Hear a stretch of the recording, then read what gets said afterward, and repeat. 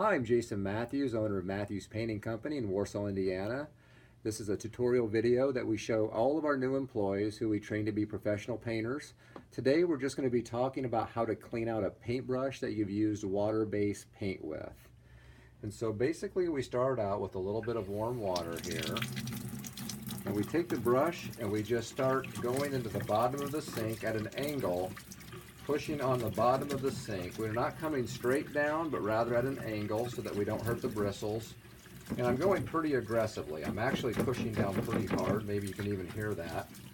Not with all my might, but I am pushing down pretty hard. When we get most of it cleaned out, we shut the water off. We use some dishwashing soap, put it on the brush like this. We then like to take a wire brush, not up here or down at the bottom of the sink, but we like it to be on an edge of a sink where it's actually fairly rigid.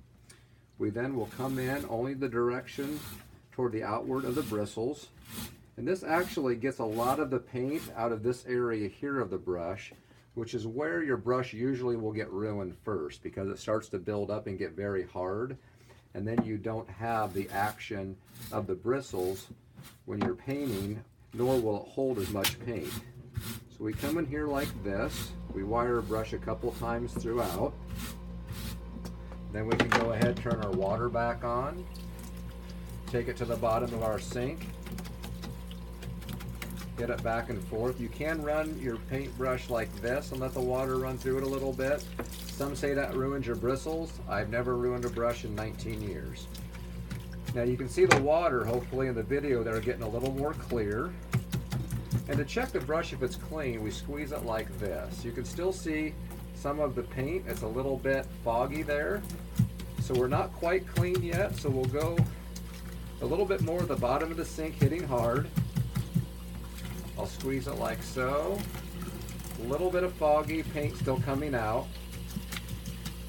And this is probably about good.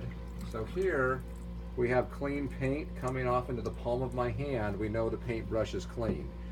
We don't worry about the metal and the actual handle very much, but what we need to do at this point is we spin it out in between our two hands, get it really dry. Once we've done that, I like to press my bristles down and get them shaped, and then we put those back into their case. Many throw these cases away, but we like to put the paintbrush back into the case, making sure that you're actually putting it in the angle that it's supposed to be.